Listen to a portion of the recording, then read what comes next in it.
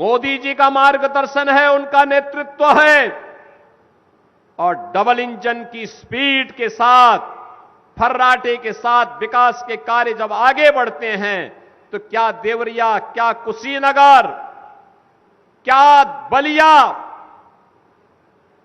या फिर मऊ, आजमगढ़, ये सभी विकास के साथ, तेजी के साथ दौड़ते हुए दिखाई देते हैं। आज कोई क्षेत्र ये नहीं कह सकता कि हमारे पास सड़क नहीं आई। एक एक विधायक से पूछ पूछ करके प्रस्ताव मांगते हैं कि भैया लाओ, आपके यहां कौन सा काम होना है, बताओ कौन सा पुल है।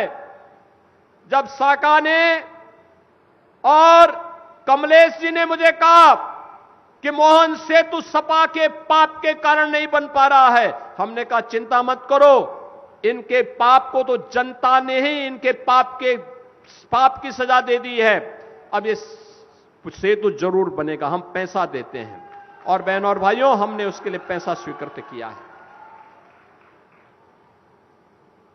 साका आए थे मुझे अपने पूज्य पिता की स्मृति में जो दिवस वो मनाते हैं उसमें आमंत्रित करने के लिए, और मैंने कहा था कि मैं आऊंगा भी, क्योंकि स्वर्गीय दुर्गा प्रसाद मिश्र जी भारतीय जनता पार्टी के पहले विधायकों में से थे, पुराने विधायकों में से।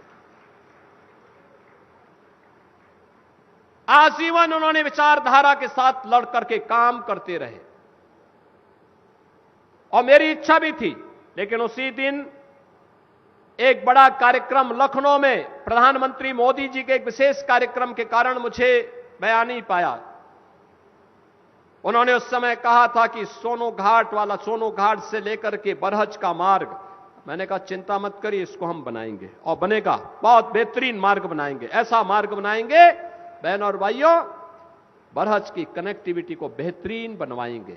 बरहज तो कभी घाघरा नदी में इस क्षेत्र का प्रमुख व्यापारिक केंद्र था, प्रमुख केंद्र था।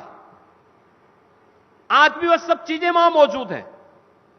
और जब इनलैंड वाटरवे के कार्यक्रम आगे बढ़ रहे हैं तब हमारे लिए महत्वपूर्ण हो जाता है कि अयोध्या के लिए जो कनेक्टिविटी आने वाले समय में इनलैंड वाटरवे की बनने जा रही है, उस इनलैंड वाटरवे की कनेक्टिविटी का मुख्य एक केंद्र बरहज में भी बनेगा। बरहज में भी यहां के किसानों की जो सब्जी होगी, फल होंगे, खाद्यान्न होंगे, और साई जी के नेतृत्व में जो मिलेट की खेती हो रही है, फूलों की खेती होगी, उसको यहां से अंतर्राष्ट्रीय